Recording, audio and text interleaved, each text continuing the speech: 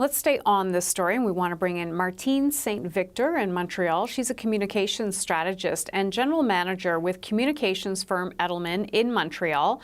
Martine is also a member of the Haitian Ladies Network, as well as CanPay Foundation, which supports rural communities in Haiti. Welcome to the program. Thank you, Hannah. Just tell me your thoughts as you see these international leaders gather in Jamaica for this emergency meeting. Well, I mean, it's good that they're spending time on it. My worry is the same as it always is how many Haitians are around the table.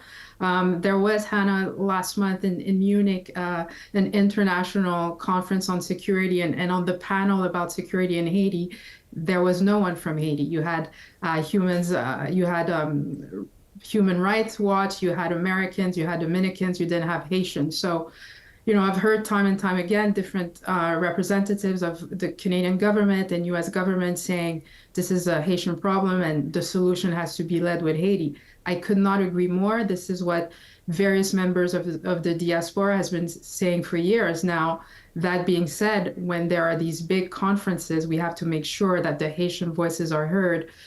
First of all, because Haitians on the ground do have solutions. The proof is, this month marks the second anniversary of the Montana Accords, which was this proposition for a political transition. It was put together by various members of the social, civic society and different political actors. And for some reason, there's a roadblock where the Montana Accords cannot go forward. And so let's include Haitians in the solution, and let's include the diaspora. In Canada, we're over 150,000. In the US, there's 1 million members of the Haitian diaspora. So they have things to say, and they cannot just be, ATM machines sending almost $3 billion per year to Haiti. We have to be part of the solution and be able to assist the Haitians on the ground that do know how to move forward. Let me ask you this question then, because I have heard this repeatedly, and you just made mention of it. The U.S., Canada have always said this needs to be a made in Haiti solution. Why is it not so far? And it's gone back to the country crumbling again. Well, a couple of things. First, I know the banner, at least with your previous guest, the banner said Haiti in turmoil. It's Port-au-Prince. Port-au-Prince is a city. Port-au-Prince is not a country. Now, is what's happening in Port-au-Prince have trickle-down effects in the rest of the country? Obviously, but the rest of the country is moving forward. I can tell you, I was there a couple of months ago. So whether it's in the south in Jacmel or in the north in Cape Haitian, they are not in turmoil. What they do have is the effects of some of the closures in Port-au-Prince. Obviously, if the most important port in the country is slowed down and you cannot unload containers, that's going to have an effect on the prices of the products you find, for example, in the grocery store. So that's true, but the country is not in turmoil. But the prime minister can't even get back into the country. Correct. He can't get back because the airports are closed, mainly the one in Port-au-Prince. The other international airport is in Cape Haitian, and commercial flights have been put on hold.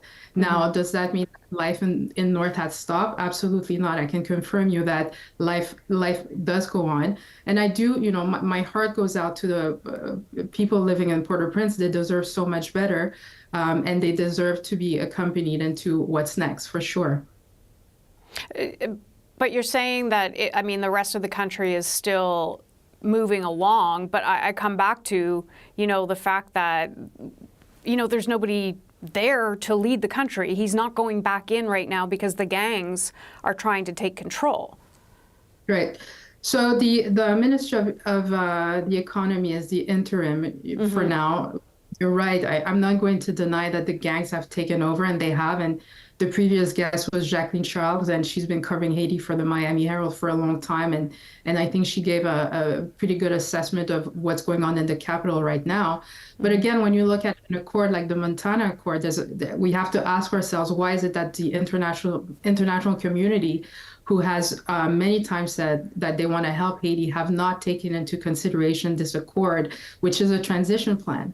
Why has this been on ice for 2 years? And so, I think certainly the Canadian government has good intent. I do believe that.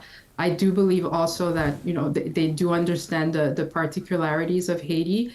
And the reason why, Hannah, one of the reasons why it's so important to have Haitian voices around all these tables is because you have to take into consideration the history. You have to take into consideration culture, which in the past, international aid has failed because Haitian voices were not heard. And so you can't just, implement a blueprint without taking into considerations all these different factors.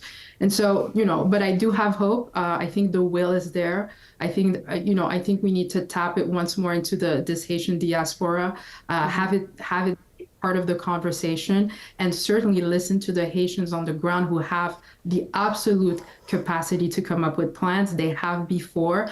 They just need the support. Let me just ask you before I let you go, I could chat with you forever, but let's just talk. You have family on the ground there. What are you hearing from your family on the ground?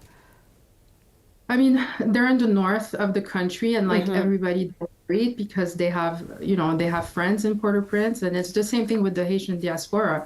We're not a monolith by any stretch of the imagination, but what we have in common today is this worry. We see the images, and they're not pretty, obviously, but as I said before, Haiti has come back from many brinks. We know about political instability, so I am fairly confident that this once more we will come over this. Okay, I like that positivity. Let's end there for today, and let's stay in touch. Martine St-Victor in Montreal, thank you for being on the program. Thank you for having me. I appreciate it.